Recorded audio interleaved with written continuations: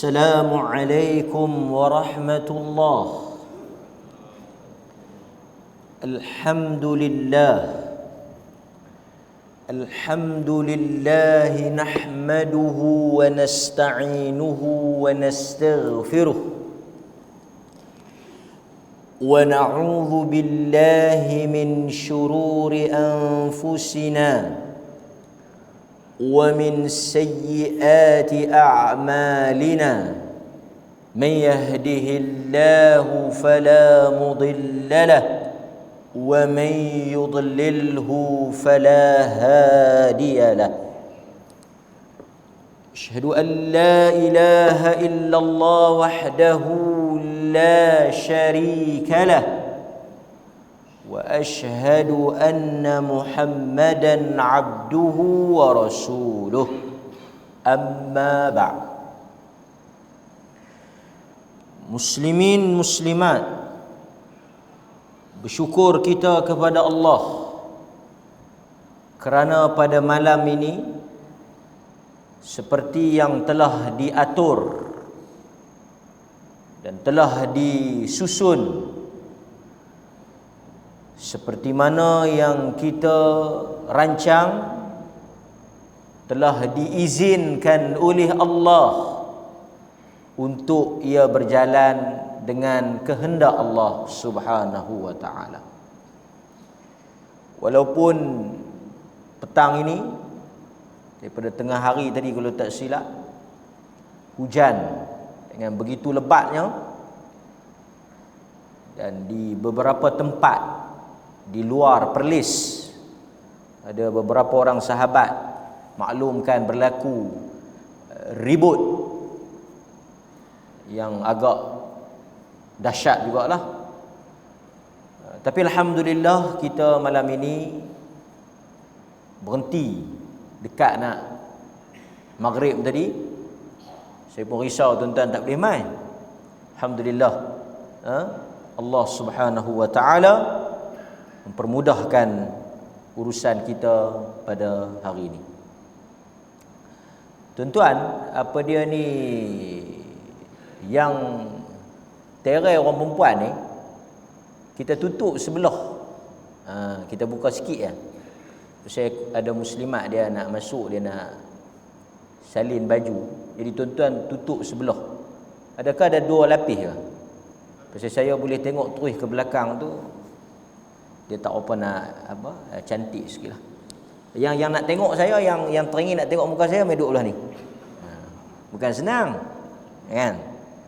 Depa duk jumpa kat luar, depa kata yang ni macam bisa nampak.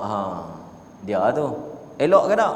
Kita lagi elok. Betul kalau hak yang dalam, hak luar tu lagi elok, betul ya. Tapi kalau hak dalam tu lagi elok, mungkin tak apa nak betul ya. Baik.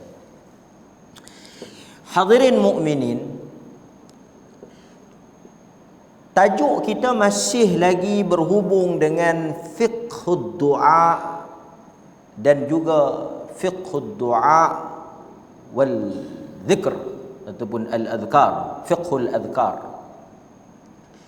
yang mana kita masih lagi membincangkan tajuk yang berhubung dengan alhamd, pujian kepada Allah. Tuan-tuan, kenapa pentingnya pujian kepada Allah?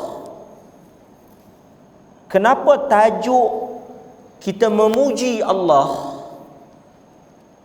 merupakan tajuk yang sangat penting? Sehingga kan Nabi sallallahu alaihi wasallam, kalau kita tengok di antara zikir al-adhkar, wirid yang ditekankan oleh Nabi untuk dibaca oleh kita ialah alhamdulillah. Sehingga kan sebelum kita tidur, saya akan kongsi dengan tuan-tuan bacaan sebelum tidur.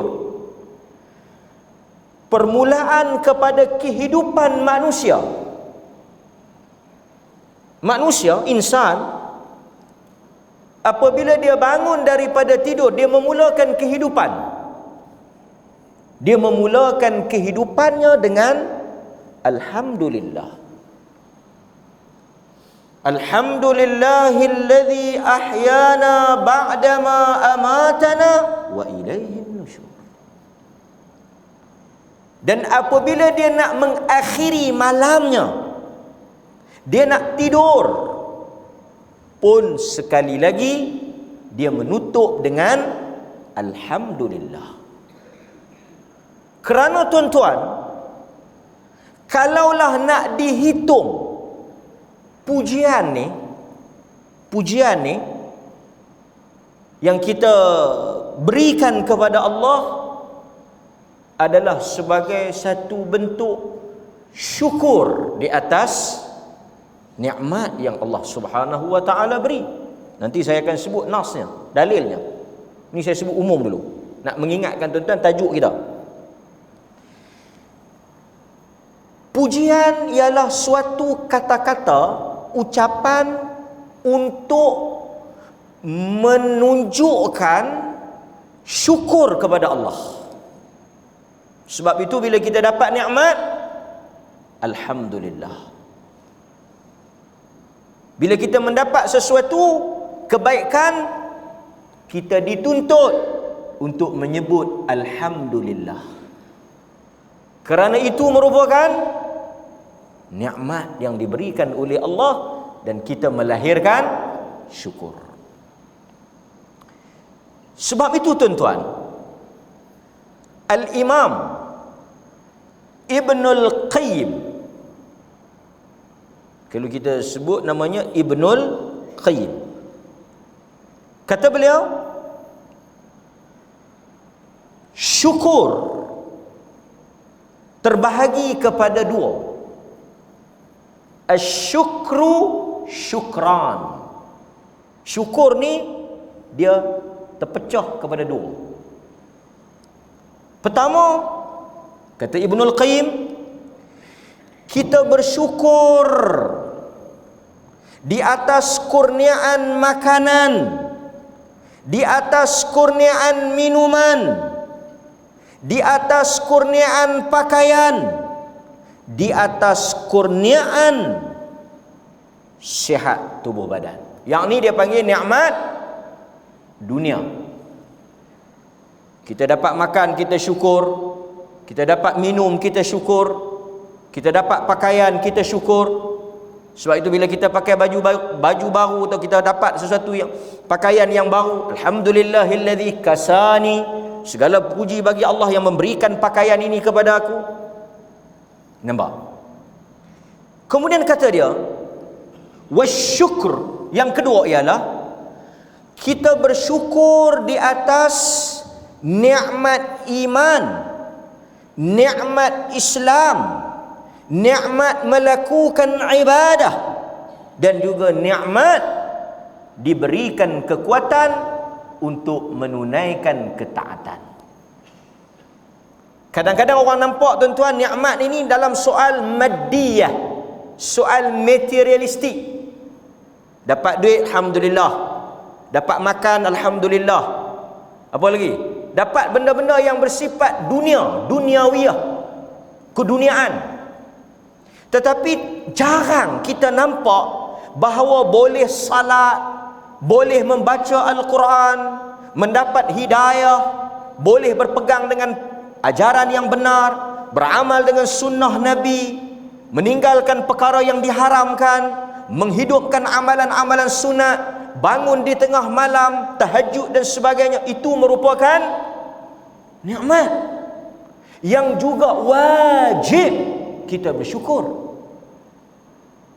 Tuan-tuan boleh hadir, ini nikmat ni. Salat berjamaah nikmat, mendengar kuliah agama nikmat, boleh berzikir nikmat. Tapi kita tak rasa. Kita jaranglah pergi kat Tok Imam kan. Terima kasih Tok Imam. Ada kita pergi kata, taklah saya suruh, tapi kita tak rasa benda tu. Terima kasihlah Tok Imam. Pasal apa? Alhamdulillah, jadi imam kami boleh salat berjamaah. Kan? Itu nikmat.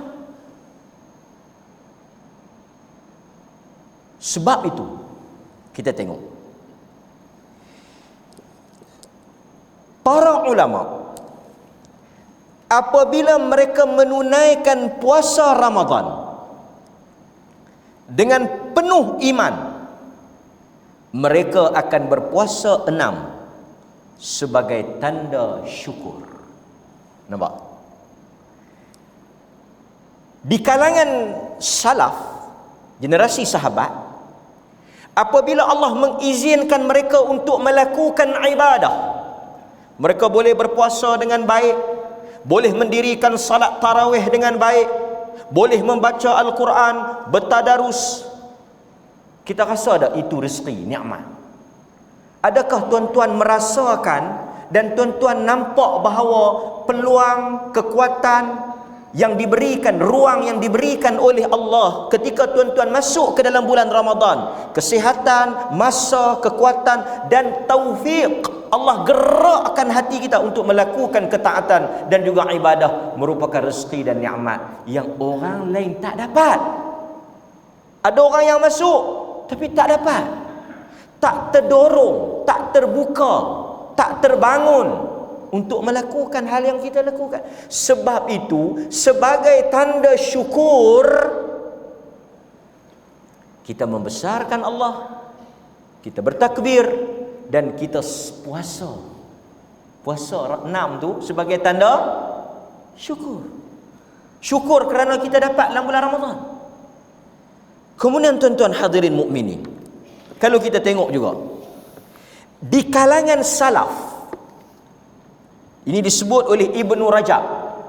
Siapa yang sebut benda ni? Ibnu Rajab. Al-Hafidh Al-Imam Ibnu Rajab. Dia kata dalam kitabnya Lataiful Ma'arif, dia kata sesungguhnya generasi sahabat, apabila mereka boleh bangun untuk melakukan salat malam. Tuan-tuan tengok salaf ni, generasi sahabat Nabi ni, apabila mereka direzekikan untuk bangun tahajud, diberikan kekuatan oleh Allah, dikurniakan taufik oleh Allah untuk bangun malam, sebagai tanda syukur, esoknya mereka puasa.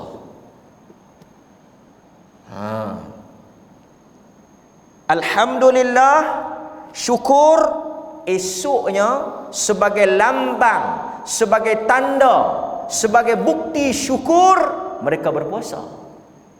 Sebab itu kita tak puasa, pasal kita tak bangkit. Betul lah tu. Sebab yang bangkit ni yang puasa, yang tak bangkit nak bersyukur apa, dah tak bangkit. Betul tuan-tuan? Betul. Dia kata, alhamdulillah aku tak bangkit. Kalau aku bangkit aku kena puasa.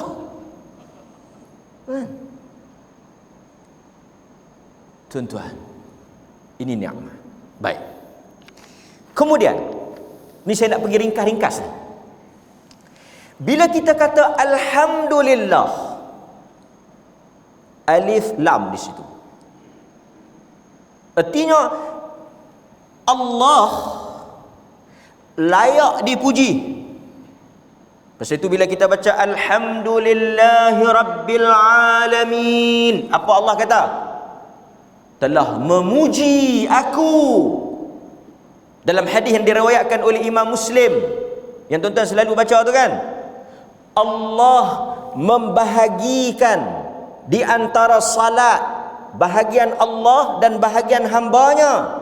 Apabila hambaku membaca alhamdulillahi rabbil alamin, Allah jawab, telah memuji aku hambaku.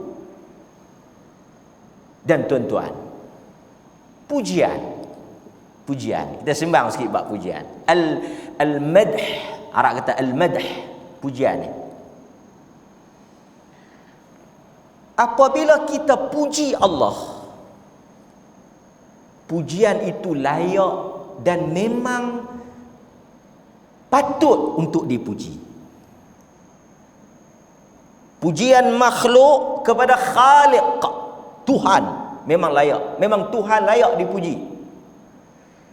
Dia berbeza dengan pujian sesama manusia. Sebahagian pujian yang kita puji sesama manusia ni di atas banyak sebab. Kadang-kadang orang yang kita puji tak layak pun nak dipuji. Tapi pasal apa kita puji? Pasal kita tak tahu. Kita kata bagus, sebenarnya dia tak bagus. Artinya dia tak layak untuk dipuji. Tetapi kita memujinya. Itu pujian makhluk, sesama makhluk. Kadang-kadang pujian ni dia berapa? Bersebab. Kan? Yang kita sebut dengan apa? Makan puji. Dia puji itu bersebab. Mungkin mengharapkan sesuatu.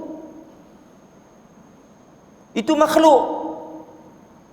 Kadang-kadang pujian itu melebihi. Satu tak patut dipuji, dia puji.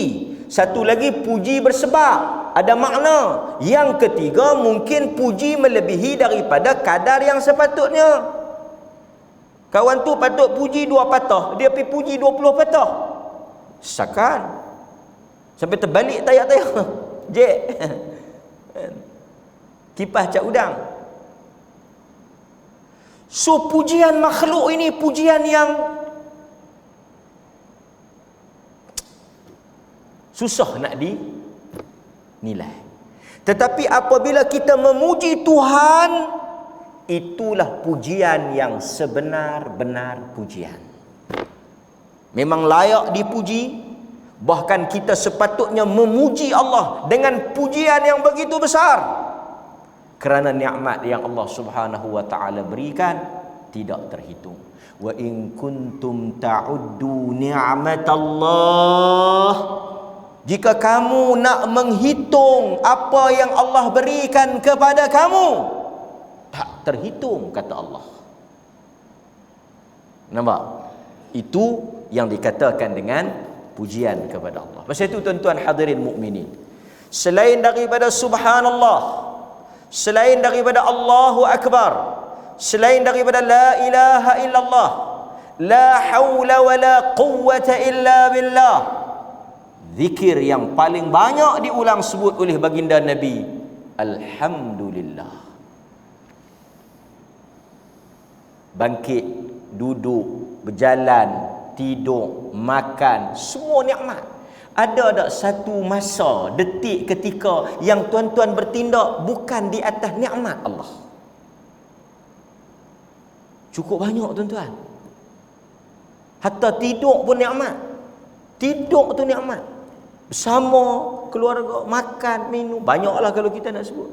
Nikmat yang tak terhitung. Baik. Kemudian hadirin mukminin, apa yang saya nak sebut pada tuan-tuan, insya-Allah kita cuba nak ringkaskan pada malam ini.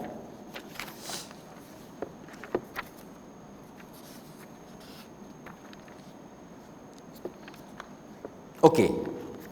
Kita tengok satu hadis daripada Anas bin Malik radhiyallahu an. Itu yang saya mula mukadimah tu kerana saya nak relate dengan hadis ni. Daripada Anas bin Malik radhiyallahu an, yang diriwayatkan oleh Al-Imam Muslim.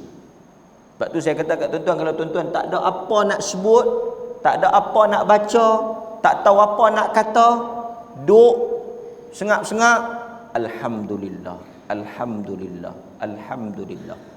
Sebut banyak-banyak. Kerana kata Nabi, innallaha la yarda 'anil 'abd an ya'kula al-aklata fayahmaduhu 'alayha aw yashraba asy-syarbata fayahmadahu 'alayha. Hadis riwayat Imam Muslim. Hadis sahih riwayat Imam Muslim. Apa makna dia?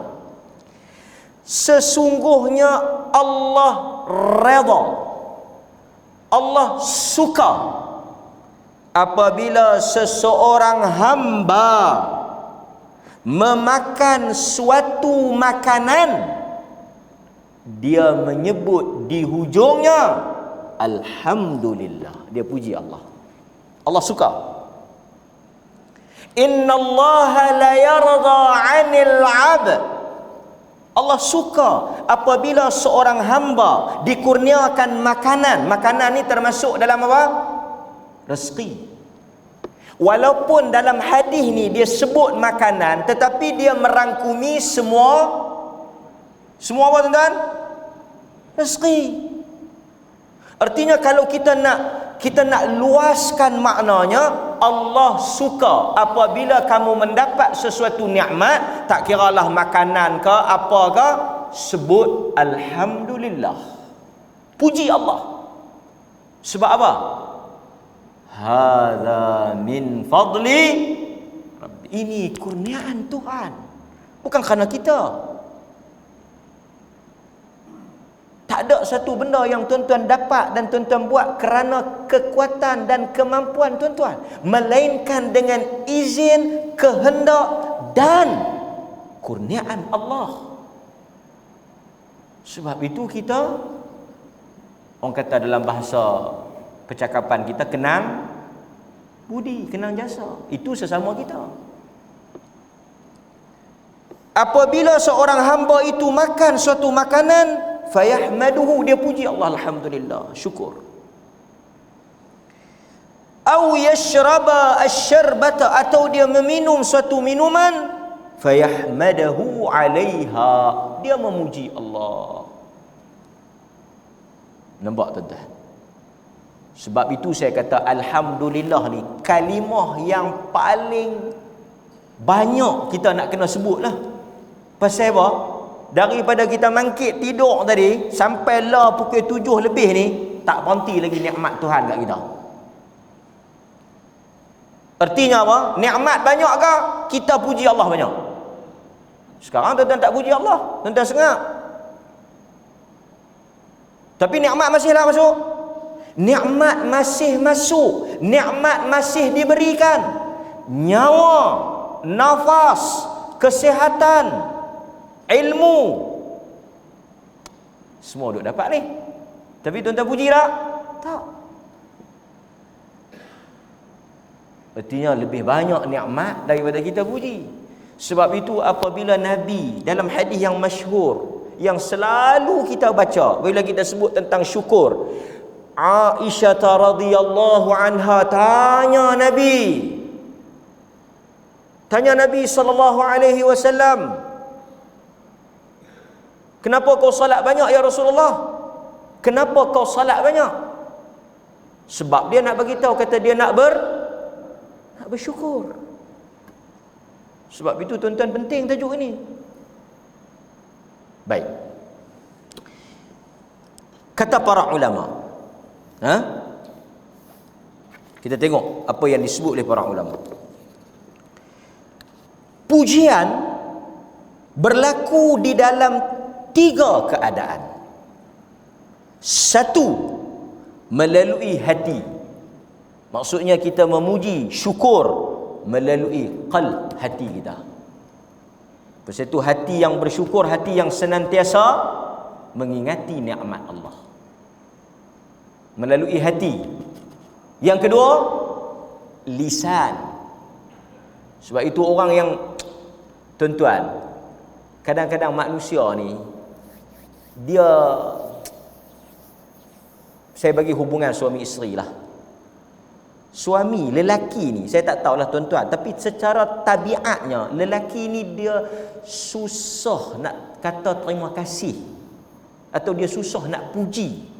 Dia jenis, bukan orang jenis romantik ni, dia tak reti. Tapi sebenarnya dia memang terima kasih kat bini dia, dia memang sayang bini dia, tapi dia tak reti kata. Tambah kalau tuan-tuan kok kubang gajah ni lagi geli-geleman aku kembang tengok-tengok duk I love you, terima kasihlah tolong masak kat abang. Dia tak reti.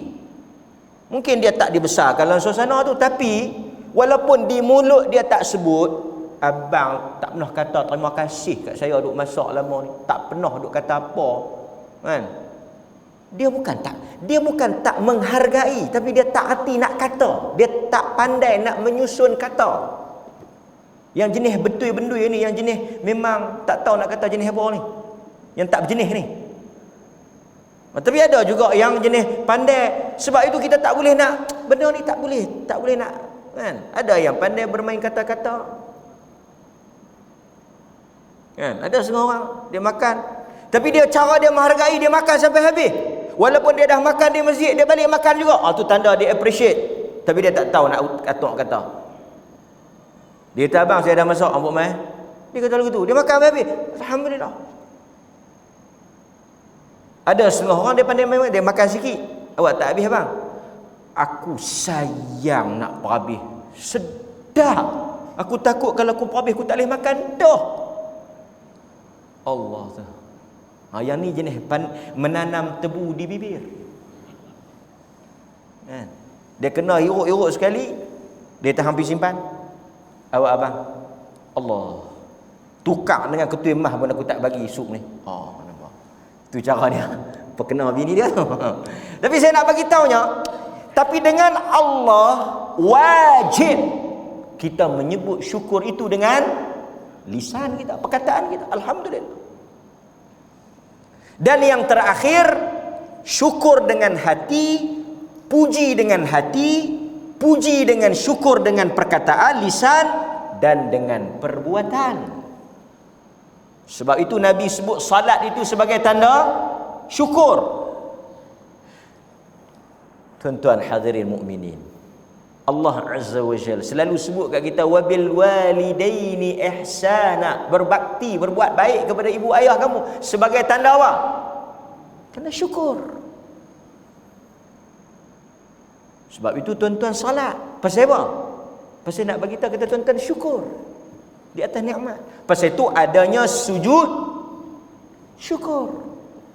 Dan sekali lagi saya akan cerita kat tuan-tuan apa benda yang tuan-tuan boleh buat lagi nak zahirkan tanda syukur tu, bukan setakat di mulut, tapi ada beberapa contoh yang Nabi ajar macam mana kita nak zahirkan kata kita bersyukur. Boleh? Baik. Hadirin mukminin. Kemudian kita sambung sikit. Baik. Saya kata tadi, sebelum tuan-tuan hadirin tidur. Tengok, sebelum kita tidur, nak menutup segala nikmat yang kita dapat, esok kita nak dapat lagi. Dan sepanjang tuan-tuan tidur tu pun sebenarnya nikmat tidak terhenti. Nikmat tak terhenti. Sebab itu dalam hadis daripada Anas bin Malik, diriwayatkan oleh Al-Hakim, juga diriwayatkan oleh Al-Baihaqi, hadis ini sahih, iaitu bacaan ketika mana kita nak tidur. Sebelum tidur macam apa? Tidur ni nikmat tuan-tuan. Selesai semua kerja kita, habis urusan kita, kita nak abah. Kita nak abahkan badan kita, kita baca doa ni. Alhamdulillah. Dia mula dengan alhamdulillah. Alhamdulillah, alhamd, pujian. Alhamdulillahilladzi kafani wa awani. Alhamdulillahilladzi at'amani wa saqani. Alhamdulillahilladzi manna alayya wa afdal. Allahumma inni as'aluka bi'izzatika an tunajjiyani minan nar. Tidur. Berapa kali tuan-tuan sebut alhamdulillah? 3 kali. Nabi sebut 3 kali sebelum tidur. Apa dia? Kalau kita faham makna dia, ini ialah rangkuman kepada keseluruhan nikmat yang kita dapat the whole day. Apa dia? Nombor 1, alhamdulillahilladzi kafani wa awani. Segala puji kepada Allah yang telah memelihara diriku, kafani, yang telah memelihara diriku sepanjang hari ini, daripada pagi sampai aku nak lena ni, daripada perkara yang membahayakan, memudaratkan. Wa awani, dan melindungi diriku daripada segala kepanasan dan kesejukan. Betul tak? Nampak? Artinya tuan-tuan boleh sampai ke tidur, sampai ke malam tu, artinya tuan-tuan selamat tak? Selamat. Artinya daripada pagi tadi ada tak benda-benda musibah yang berlaku? Adalah sikit-sikit. Tu imam tadi dia abang dia tersepak rantai, lantai, rubin lantai. Kan? Tapi dia boleh main masjid. Dia boleh masih lagi diberikan umur. Alhamdulillahilladzi kafani wa awani. Segala puji bagi Allah. Ni nak tidur ni, nak apa kata, nak menutup hari itu. Segala puji bagi Allah yang telah menyelamatkan aku pada hari ini daripada sebarang perkara yang buruk, daripada sebarang mudarat yang berlaku. Wa awani, daripada sebarang kepanasan, kesejukan, sesuatu yang buruk, Allah selamatkan aku hari ini. Kemudian apa lagi yang Allah bagi hari ini?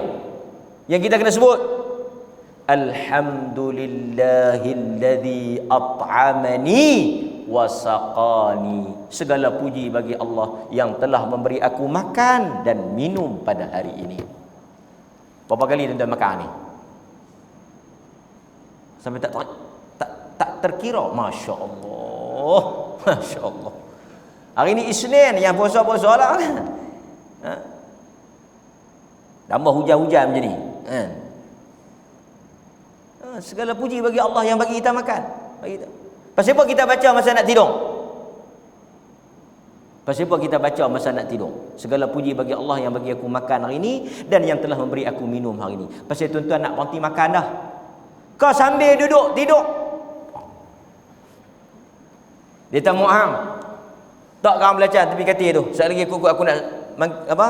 Sambil tidur aku nak pepok. Oh, sakan abang. Tidur artinya kita berhentilah.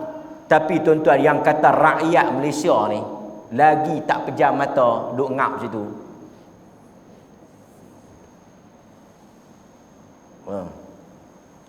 Dan apa? Menurut ahli kesihatan, orang yang layak cakap lah, bukan saya lah, orang yang layak, dia kata tanda satu orang tak sihat, tanda satu orang tu tak sihat, artinya badan dia memang tak sihat lah. Dia senantiasa rasa nak makan. Dia rasa nak makan. Dia berasa nak makan. Tu tanda badan yang tak sihat. Dia kerja nak makan, gula dia tinggi. Dia kira nak ngap. Dia kira nak pepok ya. Sedangkan orang yang sihat ni dia makan dah tertentu. Pasal itu Nabi sunnah, kalau kita tengok dalam hadis, Nabi suruh kita makan petang sebelum maghrib. Sebelum maghrib. Itu yang kita boleh ambil faedah daripada hadis yang Nabi kata apabila diiqamahkan apa macam mana hadis tu? Apabila didirikan salat dan dihidangkan makanan al-asya. Al-asya ni makan malam. Fabda'u bil asya. Isyak sembahyang malam, sembahyang isyak, asyak makan malam. Kalau makan dengan sembahyang makan dulu, artinya kita disunahkan, kita boleh faham daripada situ kita makan awal. Kan? Tapi tak apalah, taklah salah, taklah berdosa tuan-tuan nak makan sampai tuan-tuan lena. Sengah-sengah tu sampai duk popok-popok terlena. Kan? Mulut tak ada basuh. Tak apa. Kemudian dia kata apa? Alhamdulillahillazi manna alayya wa afdal. Segala puji bagi Allah yang telah manna, yamunnu, manna ni yang telah mengurniakan berbagai-bagai nikmat dan kelebihan kepada aku pada hari ini. Nampak? 3 benda. Tuan-tuan diberi keselamatan, tuan-tuan diberi makan minum dan macam-macam nikmat yang tuan-tuan telah dapat untuk hari ini sahaja. Yang berniaga dapat cara berniaga, yang kerja cara kerja, yang duduk rumah cara duduk rumah, everything. Manna, nikmat, minnah, nikmat. Kan? Dan kita kata, ya Allah, Allahumma inni as'aluka bi'izzatika, kemungkinan itu ialah malam yang terakhir, itu ialah penamat kepada kehidupan kita. Apabila kita bersyukur di atas segala kurniaan Allah, kita minta the last word, Allahumma inni as'aluka bi'izzatika an tunajjiyani minan nar. Selamatkanlah aku ya Allah daripada api neraka. Tidur. Artinya tuan-tuan telah mengakhiri kehidupan pada hari itu dengan bersyukur dan memuji Allah di atas apa yang tuan-tuan dapat. Cantik. Sampai daripada bangkit, esok bangkit, tidur malam tu, esok bangkit, mula-mula tabib kata alhamdulillah. Tu yang kata besarnya alhamd, pujian kepada Allah. Berikutnya, kalau kita tengok juga Nabi sallallahu alaihi wasallam apabila baginda memulakan ucapan, ni yang kata pentingnya pujian ni, saya bawa beberapa contoh. Satu, apabila Nabi sallallahu alaihi wasallam nak memulakan ucapan khutbah, nak bercakap, tak kiralah dalam majlis hari Jumaat ke, khutbah Jumaat ke, ucapan hari raya ke, ucapan majlis akad nikah ke, whatever lah, Nabi akan mulakan apa? Nabi tak sebut subhanallah, Nabi tak sebut Allahu Akbar. Sebelum nak memulakan ni, tuan-tuan nak berucap ni, macam saya tadi nak mulakan kuliah, tuan-tuan mungkin nak bagi ucapan, nak berucap, tak kiralah majlis nikah ke ni, dalam sehari dua ni banyak orang berkahwin kan. Sebelum kita nak memulakan ucapan di dalam apa-apa majlis, Nabi tidak pernah, walaupun sekali, ulama kata tidak pernah walaupun sekali, Nabi meninggalkan alhamdulillah. Nabi memulakan ucapannya, khutbahnya dengan alhamdulillah, sehingga kan dalam hadis Nabi sekali pun Nabi tak pernah, kalau dia nak bercakap saja innal hamdalillah, alhamdulillah, dia tak pernah walaupun sekali. Mazhab Imam Syafi'i mengatakan di antara rukun khutbah, maknanya tak sah khutbah jika tidak disebut alhamdulillah, di sisi mazhab Syafi'i. Maksudnya kalau tu imam tu naik-naik, dia kata subhanallah, Allahu Akbar, saya berpesan kepada diri saya, tak sah khutbah tu. Pasal apa? Pasal dia tak mula dengan alhamdulillah. Tu sampai terang tu besarnya alhamdulillah tu, sehingga kan di sisi mazhab al-Imam Syafi'i memulakan khutbah Jumaat dengan puji-pujian kepada Allah dan selawat kepada Nabi merupakan rukun khutbah yang tidak sah jika tidak disebut puji-pujian kepada Allah di awal khutbah. Pasal itu kalau tuan-tuan dengar, dan memang awal dengar, yang tak dengar hujung. Awal memang dengar, yang tak dengar hujung. Tu. Apa tu imam baca? Khatib. Alhamdulillah. Innal hamdalillah. Nampak? Daripada Jabir bin Abdullah dalam hadis yang diriwayatkan oleh Imam Muslim, kanat khutbatu an-nabiy sallallahu alaihi wasallam yaumal jumu'ah yahmadullah, adalah Rasulullah itu apabila baginda memulakan ucapan khutbahnya pada hari Jumaat, baginda akan memulakan dengan memuji alhamdulillah. Itu disebut dalam hadis riwayat Imam Muslim. Jadi cikgu-cikgu sebelum pergi mengajar, alhamdulillahirabbil alamin, hari ini kita akan belajar tajuk apa dia? Matematik ke apa ke? Bukan ustazah je kena alhamdulillah. Kita hak belajar bahasa Inggeris, belajar bahasa apa pun alhamdulillah. Sebab kita nak berucap. Kan? Nampak? Itu apa yang disebut oleh, bahkan Ada hadis yang diriwayatkan oleh Abu Dawud. Ada hadis yang diriwayatkan oleh Abu Dawud yang mana Nabi sallallahu alaihi wasallam menyatakan, sesiapa yang memulakan ucapannya dengan tidak dimulakan dengan memuji Allah, maka ucapan itu maqtu', putus. Nampak tuan? Siapa-siapa yang dia bercakap, dia tak mulakan dengan alhamdulillah, katalah tuan-tuan saya jemput Tok Imam untuk bagi ucapan, Tok Imam pun dia tulis assalamualaikum warahmatullahi, ni saya nak bagi ucapan sikit, ucapan itu maqtu', ajzam. Hadis yang diriwayatkan oleh Abu Dawud. Apa maksud dia? Kata ulama, ucapan dan urusan itu dicabut keberkatan, tak berkat. Pasal dia tak sebut alhamdulillah. Putus. Kata ulama, yang dimaksudkan dengan putus ajzam, asalnya tangan tu. Tangan tu tangan yang putus. Apa maksud tangan yang putus ni? Ada tangan tapi putih, tak guna, tak ada manfaat. Jadi siapa yang dia bila dia berucap, dia memulakan ucapan dengan tak memuji Allah, dengan dia lupa untuk menyebut alhamdulillah, ucapan dan urusan perkataan dia dicabut keberkatan dan tidak bermanfaat. Itu besar. Alhamdulillah.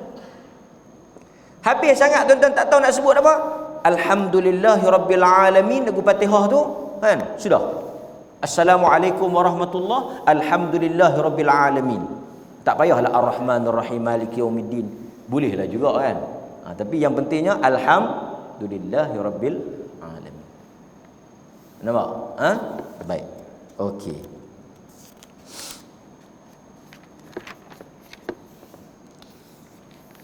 Berikutnya,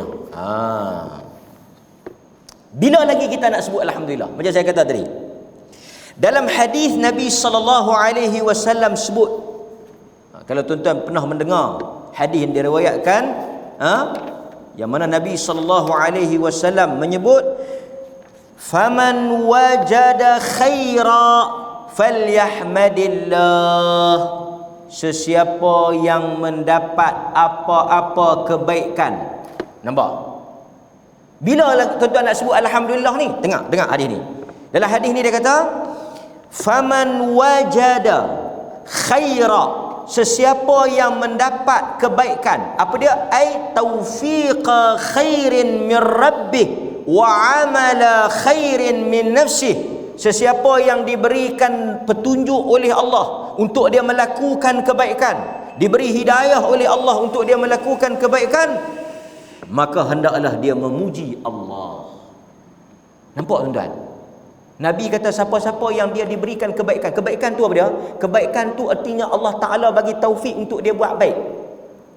Allah Ta'ala buka pintu hati dia, bagi hidayah untuk dia buat baik. Dia puji Allah. Dan Nabi kata lagi, sesiapa waman wajada ghaira dzalik, siapa-siapa yang tak diberikan taufik untuk melakukan kebaikan, hendaklah dia mencela dirinya sendiri. Silap diri dia. Jadi umumlah, alhamdulillah ni luas, umum. Tuan-tuan dapat apa-apa, tuan-tuan boleh habis baca Quran, alhamdulillah. Tuan-tuan habis zikir, alhamdulillah. Tuan-tuan lepas sedekah, alhamdulillah. Sebab apa?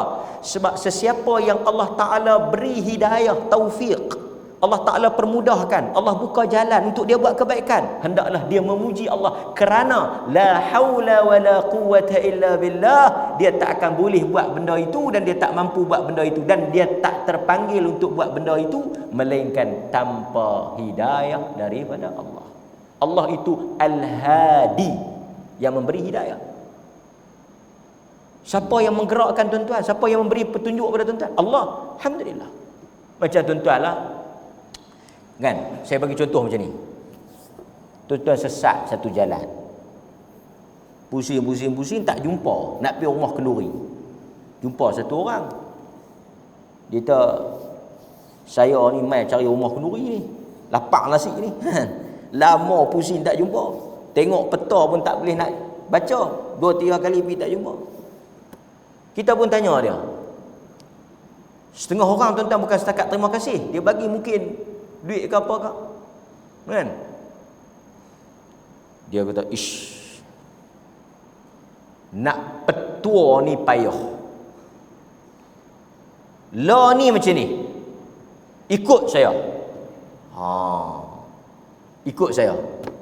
Ada tak tuan-tuan jumpa orang macam ni? Ikut saya. Okey, ikut saya. Saya bawa pergi. Kita pun ikut dia sampai Allahu Akbar tuan-tuan. Terima kasihlah.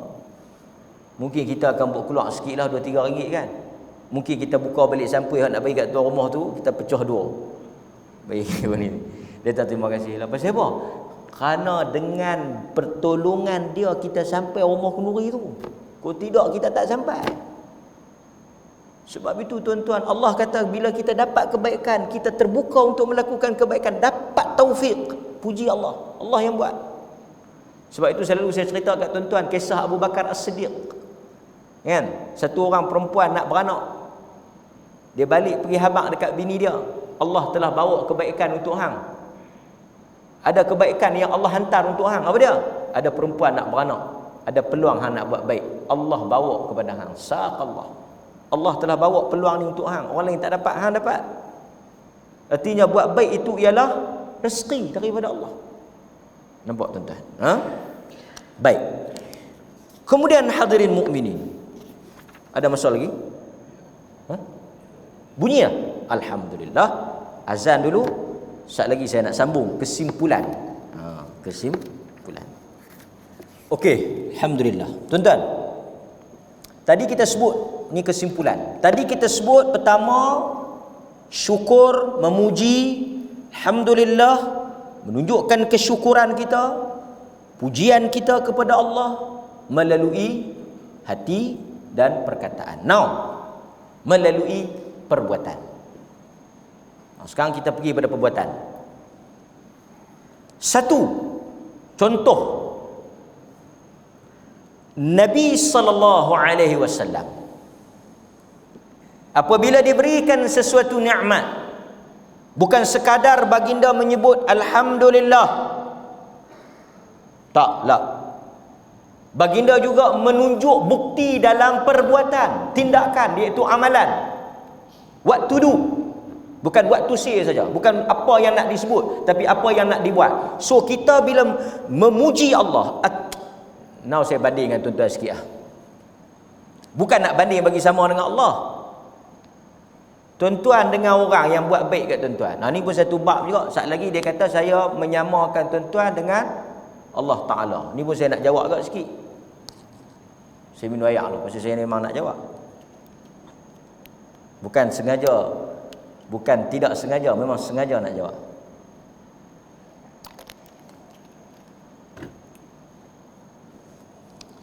Saya nak bagi tuan-tuan faham. Katakanlah saya hantar tuan-tuan balik. Tuan-tuan main naik motor, hujan. Saya kata, ni Haji, tumpang saya pergi hantar. Motor tinggal sini. Saya pun hantar balik. Tuan-tuan pun, terima kasih Ustaz. Ish, tak padan, terima kasih saja. Tunggu Ustaz. Masuklah rumah, pergi ambil. Lah ni tuan-tuan, dua benda, rambutan dengan dokong. Kita tunggu Ustaz. Kita duk tahu dah, tak dokong rambutan. Dia duk berasa dengan mulut tu macam tak padan lah. Walhad, terima kasih tu pun okey dah. Terima kasih. Janganlah buka-buka pintu, bang, tutup, belah lagu tu ya. Amboi. Dia gelak-gelak. Terima kasih Ustaz. Terima kasih. Ya Allah, terima kasih. Mudah Allah balas ha. Saya pun okey dah. Okey dah. Memang niat nak tolong pun. Tunggu Ustaz. Tak tahu dia bawa keluar main rambutan, dokong apa semua, penuh muka kita. Yang terima kasih tadi perkataan. Yang dia pergi ambil itu perbuatan. Itu kita. Apatah lagi dengan Allah Azza wa Jal. Bukan nak samakan kita dengan Allah dah, tapi nak bagi tahu kita pun lebih kurang. Kita sama-sama kita pun macam tu dah. Apatah lagi dengan Allah, takkan alhamdulillah. So kita mesti buktikan kepada kesyukuran kita. Sekali saya tunggu kat tuan-tuan, tuan-tuan nak buat apa? Kalau tuan-tuan kata, kalau tuan-tuan nak tunjuk tuan-tuan bersyukur, ada cara. Macam mana nak buat? Ada cara macam mana nak habaq kata tuan-tuan bersyukur, bukan takat mulut. Tapi sebelum tu saya nak jawab satu benda. Pasal saya tersebut nak samakan dengan Tuhan tadi. Baik. Tersebar satu video ataupun satu isu. Saya nak sebut ni bagi clear tu. Saya harap badui pun boleh faham. Tuan-tuan, tersebar video kononnya dia tuduh kata Mufti Perlis menyamakan atau mengatakan Allah sebagai alam ghaib. Artinya Allah ni makhluk. Makhluk.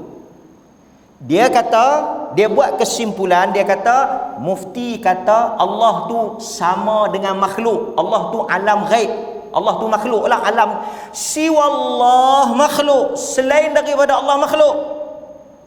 Kita ni makhluk, alam tu makhluk. Allah yang mencipta alam ni.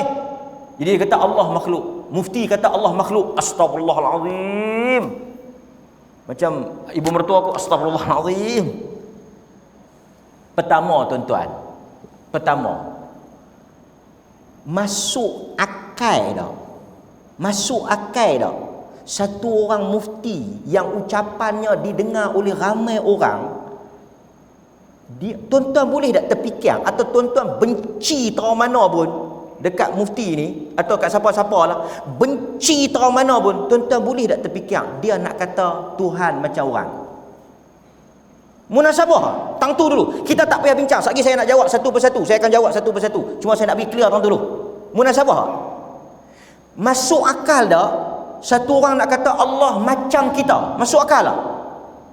Saya ingat tuan-tuan, haprak duk makan ketum pun dia tak kata lagu tu. Teruk tengah mana pun dia boleh, kita boleh imagine tak? Satu orang nak kata Allah macam manusia, makhluk.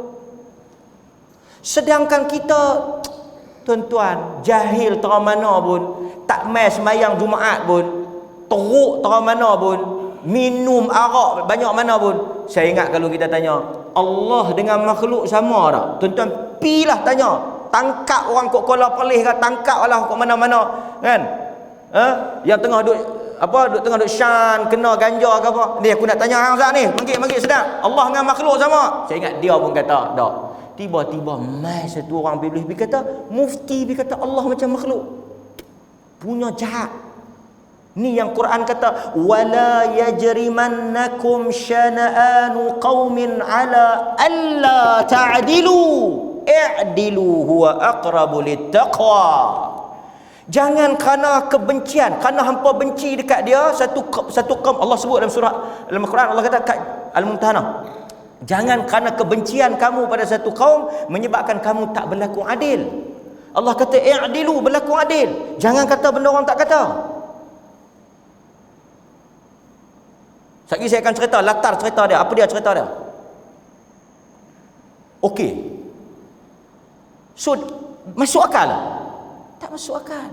Sedangkan kita duk sebut laisa kamitslihi syai', Allah tak sama dengan makhluk, Allah tak sama dengan makhluk. Tiba-tiba kita berkata Allah sama dengan makhluk. Nampak tuan-tuan tak betul, dia jahat. Baik. Cerita dia tentang apa? Okey, kalau tuan-tuan dengar saya ingat tuan-tuan pun akan kata benda yang sama. Cerita dia macam ni. Ni saya nak cerita pasal saya pun dengar. Mufti kita dia buat siaran langsung setiap pagi pukul 7. Setiap pagi pukul 7. Tajuk berkaitan dengan doa. Faham ah? Ni saya nak jawab kronologi, saya nak cerita kronologi kes. Kalau nak bicara pun kita kena tahu kronologi dia mula daripada mana. Okey. Kronologi dia bermula daripada Datuk Mufti buat tazkirah kuliah 7 sampai 7.30, 7.40 setiap hari Isnin sampai Jumaat. Tajuk apa? Tajuk doa.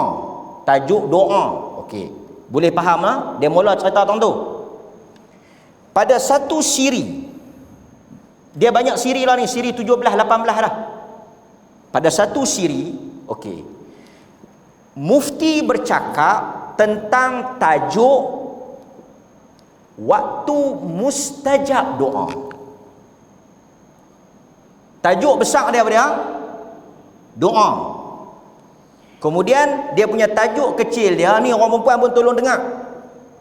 Pasal kadang-kadang orang perempuan ni dia pergi bersembang dengan geng-geng depa, hak masjid pun tak mai, tiba-tiba dia kata, "Oh, mufti bukan bagi baca sembahyang Jumaat ada."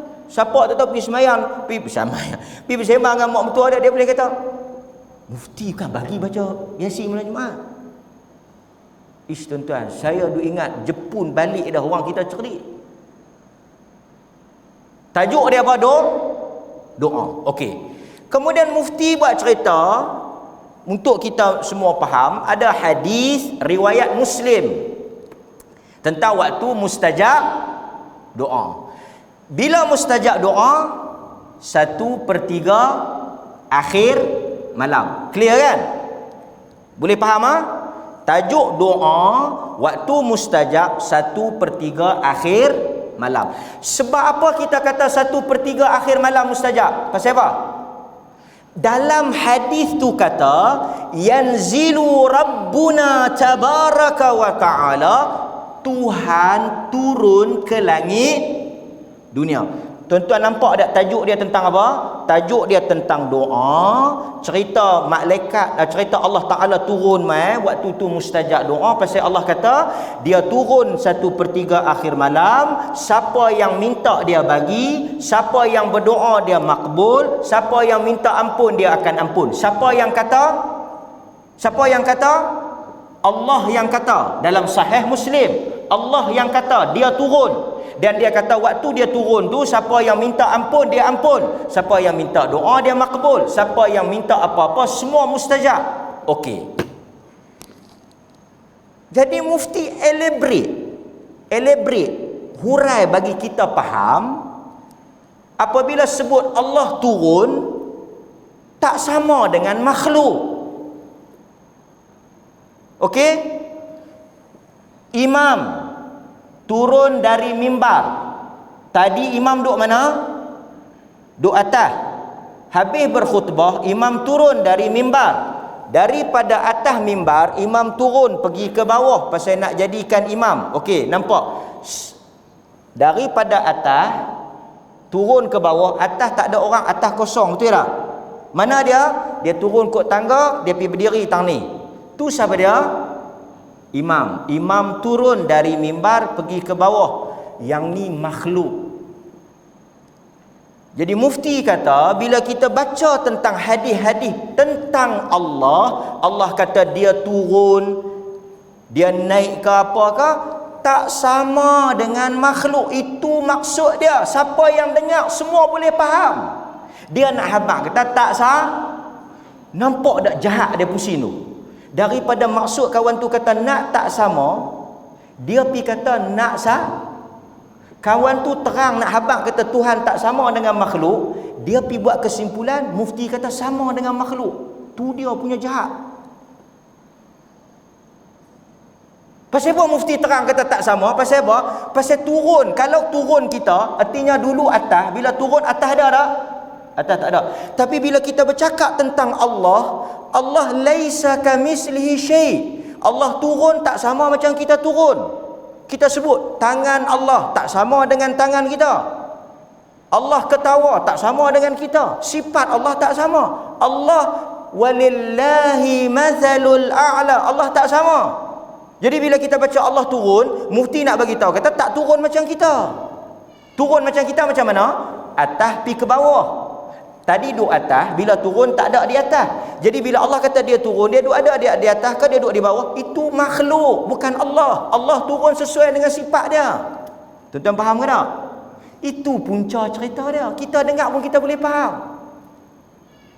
Sebab itu tak ada isu.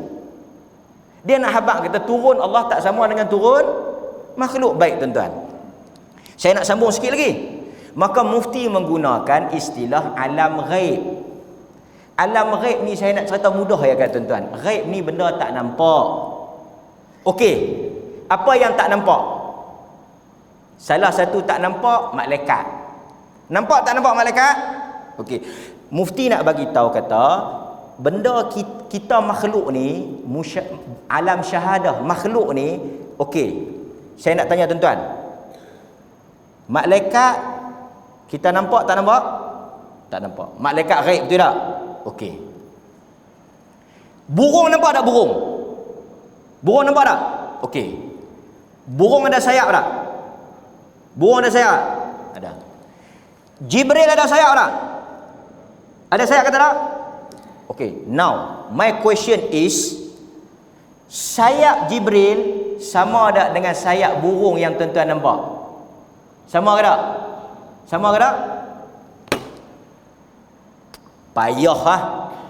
Kapal terbang ada sayap tak? Sayap kapal, sayap perkataan sama tak? S-A-Y-A-P, sayap. Kapal terbang pun kita panggil sayap, burung pun kita panggil sayap. Sama ke tak? Sama ke tak? Tak sama. Benda yang kita nampak depan mata kita, dua benda, kapal terbang dengan burung pun dah tak sama, apatah lagi sayap malaikat yang kita tak pernah nampak. Artinya benda ghaib yang kita tak nampak, dia tak sama dengan benda yang kita duk Okey, now saya bagi lagi satu contoh. Kalau tak boleh faham juga, bukan masalah penjelasan, tapi hang tu benar. Now saya bagi. Okey. Syurga nampak tak nampak? Nampak tak nampak?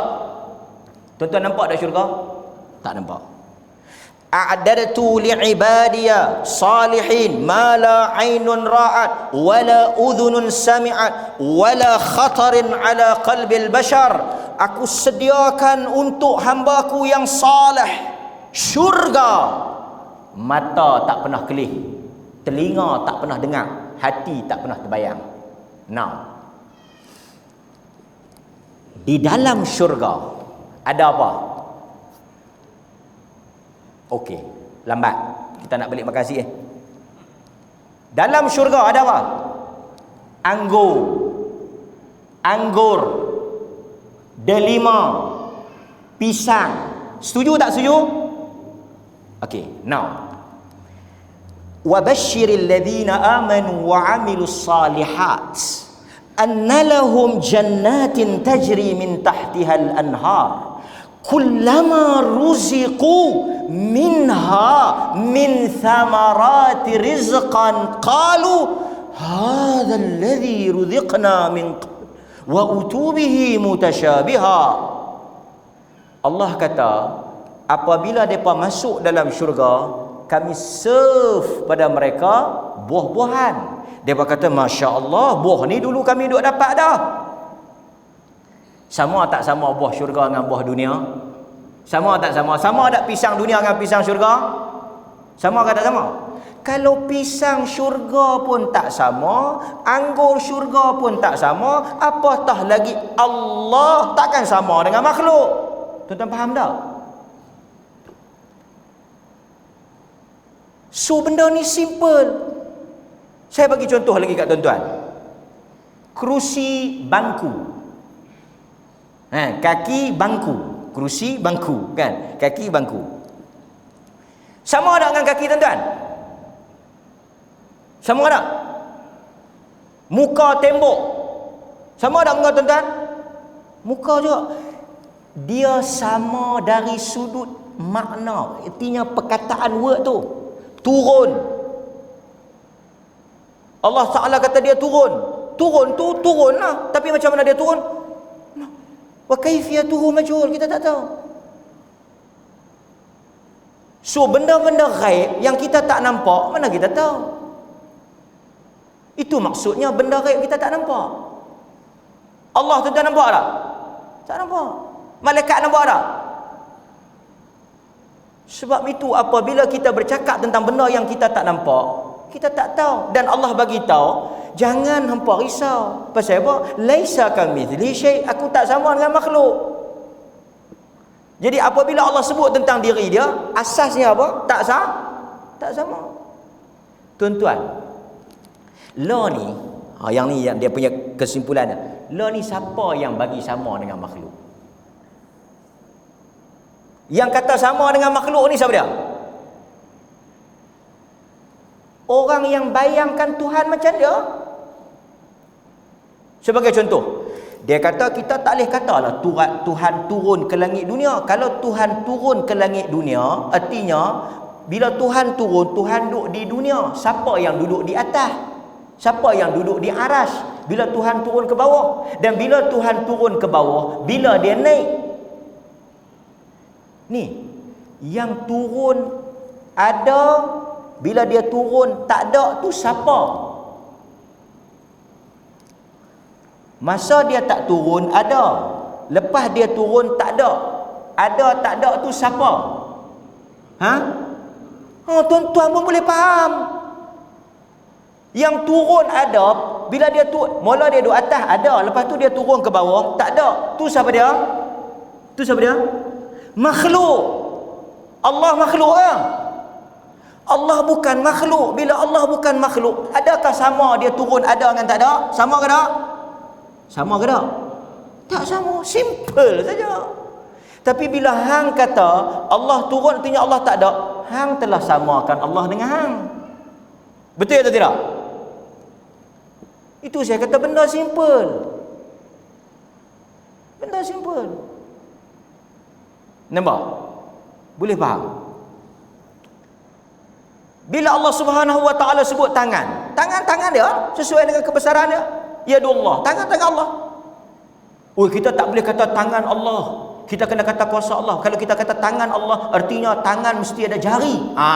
Nampak tak? Tangan siapa yang ada jari? Tangan siapa yang ada jari? Tangan siapa? Tangan kita. Jadi bila dia kata tangan Tuhan ada jari, artinya dia yang samakan Tuhan dengan la haula wala quwwata illa. Siapa yang kata tangan Tuhan ada jari? Lepas tu kita akan tanya pula, oh kalau macam tu, kalau kita kata tangan Tuhan artinya Tuhan ada jari. Setiap jari ada apa lagi? Kat jari ada apa? Ada apa? Kat jari ada apa? Ada kuku. Artinya kalau siapa kata tangan Allah ada, siapa yang kata Allah ada tangan, artinya Allah ada tangan, Allah ada jari, Allah ada kuku. Hang yang kata. Kenapa hang kata Allah ada jari? Tangan kena ada jari ya? Mana ada tangan tak ada jari? Tangan siapa yang ada jari? Tangan siapa yang ada jari? Tangan makhluk, tangan Allah, kita tak tahu. Mudah tak? Apa yang susah ya? Jadi tujuan mufti sebut Allah turun tak sama dengan makhluk, nak bagi tahu bila tuan-tuan dengar Allah turun, jangan bayangkan macam turun. Itu tujuan dia sebut tu, tak mau bagi kita bayangkan bagi sama. Dia tujuan dia tak mau bagi kita bayang bagi sama. Tiba-tiba kawan tu kata dia sebut tu nak bagi kita sama. Tu kita kena bagi perjelas. Boleh tuan-tuan? Okey. So hadirin mukminin, sebab tu siapa yang dengar daripada awal akan faham cerita tentang doa waktu mustajab Allah turun. Jadi kita faham Allah tak sama dengan makhluk, cukup. Lepas tu kalau tuan-tuan bahaya tau. Sat lagi pukul 3 pagi Allah turun di Malaysia. Di Amerika pukul berapa? Ha? Di Amerika katalah pukul 3 petang. Macam mana? Ha? Allah naik balik betul-betul turun pula di Amerika. Nampak? Pasal apa kita duk fikir? Pasal apa hang fikir macam tu? Pasal hang fikir Allah sama dengan makhluk. Nampak tak? Kalau kita kata Allah tak sama dengan makhluk, kita tak fikirlah Allah turun di Malaysia ke di Amerika. Dia turun sesuai dengan kehendak dia. Itu je. Dia duk fikir pula malam di Malaysia tak sama dengan, macam dia duk fikir ni, kalau malaikat mai cabut nyawa di Guak Gajah, tak tahu ada orang mati di New York, dan nak pi. Kalau hang memang tak dan. Kalau dia jadi malaikat maut dan tak? Dan tak dan. Tapi kalau malaikat maut sesuai dengan sifat malaikat maut, dan tak dan.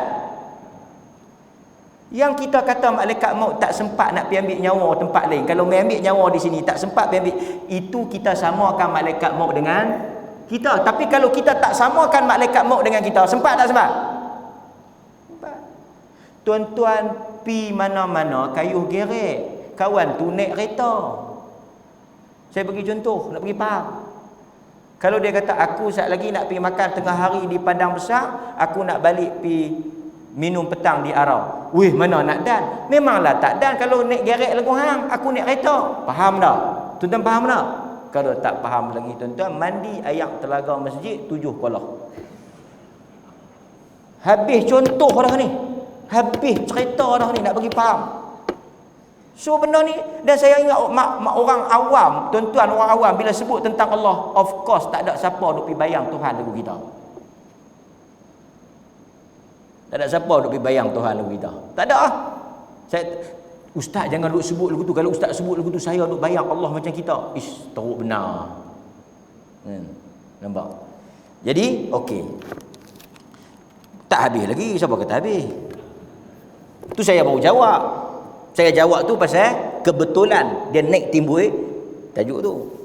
Baik, now kita nak bersyukur dengan perbuatan. Satu, Nabi suka jamu orang makan.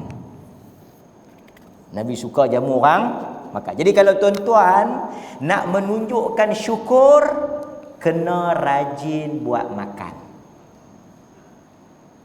Betul ya? Ini duk syukur. Kedekut.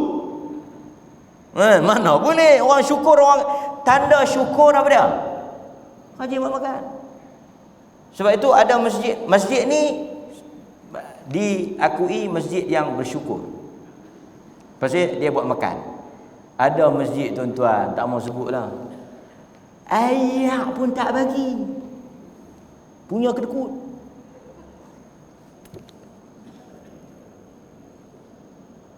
Nabi bila dia syukur dia buat makan. Pasal itu orang tanya, ustaz, beli rumah boleh buat kenduri? Bagus ya, memang kena buat lah. Pasal apa? Bersyukur.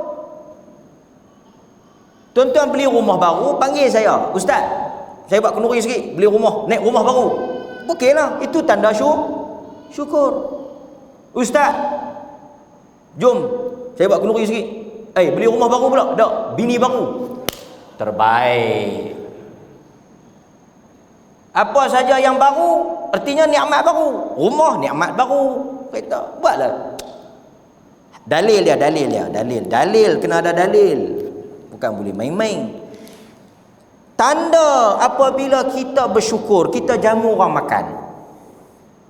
Anak dapat perisa elok, buat kenduri. Kan? Apa-apa saja yang tuan-tuan happy, ini duk idat sujud. Sujud tu boleh jugalah. Tak apalah ustaz, no, saya tak buat kenduri, saya sujud. Memang sujud. Bukan makan modal. Kan? Macam dia, tiba-tiba dia belanja kita. Tak duk orang belanja aku. Ustaz kata, kalau kita gembira, kita bersyukur, kita kena jamu orang makan. Hang syok pasal apa? Kena ekor. Alhamdulillah. Very good. Dia syukurlah. Dia syukur. Dia kata, hang itu aku minta tolong doa, hang doa. Mungkin berkat hang doa aku kena. Jadi aku teringat kan. Jom, hang nak makan apa? Kepala gajah apa aku jamu. Ya. Dalam hadis yang diriwayatkan oleh Al-Imam Al-Bukhari, anna Rasulullah sallallahu alaihi wasallam lamma qadima al-Madinah nahara jazura atau baqarah. Adalah Rasulullah sallallahu alaihi wasallam apabila baginda sampai ke Madinah. Artinya Nabi ini balik daripada musafir. Sebagai riwayat kata Nabi balik pada haji. Nabi akan sembelih jazura, unta, atau baqarah, lembu. Nampak? Nabi apabila dia balik daripada musafir, dia akan buat kenduri, sembelih lembu atau unta, jamu orang makan. Apa kaitan kita dengan syukur? Syukurlah pasal selamat balik. Jadi untuk menunjukkan tuan-tuan bersyukur, balik daripada haji, balik daripada Mekah, balik daripada Madinah, balik daripada mana-mana, tuan-tuan bersyukur kan? Selamat. Tuan-tuan buatlah kenduri. Yang tu dia panggil an-naqiyah. Tapi hukum dia bukan wajib, sunat. Dan tuan-tuan jangan duk kata pula, haji saja tak bersyukur. Jangan kata, pasal yang ni sunat. Dia tak mau buat tak apa. Tapi kita nak tunjuk, tuan-tuan pergi hospital kan, nak kena kerak kaki. Lepas tu tuan-tuan pun pantang pipi doktor kata tak gaduh dah, kerak kaki gula pakcik elok dah. Tuan-tuan pun balik belanjalah orang minum nera. Kan. Nampak? Betul tak? Syukurlah tu. Nampak? Al-Imam Al-Bukhari dia letak apa? Dia kata bab at-ta'am 'inda al-qudum, bab menjamu orang apabila selamat sampai dari musafir. Ibnu Umar apabila beliau sampai ke rumah selepas balik daripada bermusafir, baginda akan memberi dan menjamu orang makan di sekelilingnya sebagai tanda syukur di atas apa yang dia lalui. Artinya dia syukurlah. Maksudnya bersyukur ni bukan takat mulut, dia kena buktikan. Kata Al-Imam Nawawi rahimahullahu ta'ala, Al-Imam Nawawi kata, makanan yang disediakan kerana pulang dari musafir disebut juga jamuan kepada orang yang musafir baru pulang, sama ada haji dan sebagainya, merupakan sebahagian daripada tuntutan sunnah. Pasal apa buat? Pasal apa tuan-tuan balik musafir buat kenduri? Bersyukur betul tak? Syukurlah. Satu lagi tuan-tuan nak bersyukur, iaitu tanda bersyukur ialah dengan bersedekah. Dalilnya apa? Dalilnya ialah perbuatan Ka'ab bin Malik. Ka'ab bin Malik kenal tak?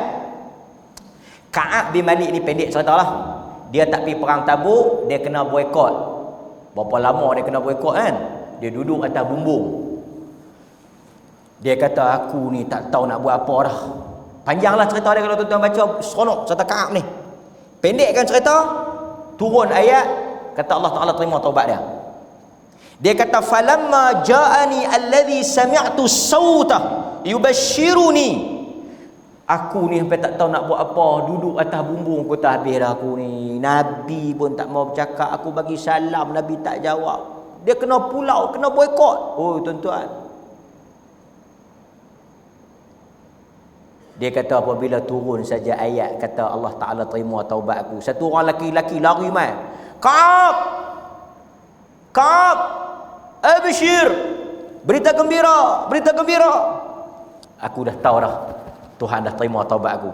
Dia punya syukur Allah Ta'ala terima taubat dia. Allah maafkan dia. Dia kata apa? Dia kata fanaza'tu lahu thawbayya. Tawih aku lonteh baju aku. Tuan-tuan jangan silap faham lah. Tanda bersyukur ialah berbogel. Dia londeh baju dia, sedekah. Dia sedekah dekat orang yang dia kata mai aku bagi baju aku kang. Nampak tuan-tuan? Dia bersyukur dengan dia sedekah baju dia. Jadi tuan-tuan kalau ada apa-apa kan, orang mai habaq kat tuan-tuan ni, aku nak sampaikan berita gembira kat hang ni. Kan, tuan-tuan pun tanda syukur kan dapat berita tu. Bagi duit sikit ke, bagi apalah. Kan, ajak dia pergi makan ke apa, bagi, memberi hadiah sedekah tanda syukur. Lepas tu dia kata apa? Aku pun bagilah dekat dia baju tu. Masalahnya aku tak ada baju dah. Wasta'artu, aku nak kena pinjam pula baju lain. Punya seronok sampai tak tahu kata baju tak ada, nak sedekah. Jadi tuan-tuan bila dapat sesuatu yang menggembirakan, nikmat, tuan-tuan syukur, buat dua benda. Satu tuan-tuan buat kenduri, satu tuan-tuan bagi hadiah tanda syukur. Kan? Nampak? Sebab itu bagi saya orang yang sambut hari jadi ni, dia bersyukurlah umur dia panjang kan, 80 tak mati lagi, 90 duk hidup lagi. Patutnya dia bagi hadiah kat kita, betul tak? Bukan kita bagi kat dia. Setuju tak? Setuju. Nampak? Jadi malam ni cara nak bersyukur melalui lisan kita dah terang. Cara nak bersyukur melalui perbuatan, sujud syukur, buat kenduri, bagi hadiah pun kita dah terang. Tinggal apa tuan-tuan? Tuan-tuan nak buat sajalah. No? Wassallallahu ala nabiyyina Muhammad wa ala alihi wa sahbihi wasallam. Walhamdulillahi rabbil alamin. Assalamualaikum warahmatullahi wabarakatuh.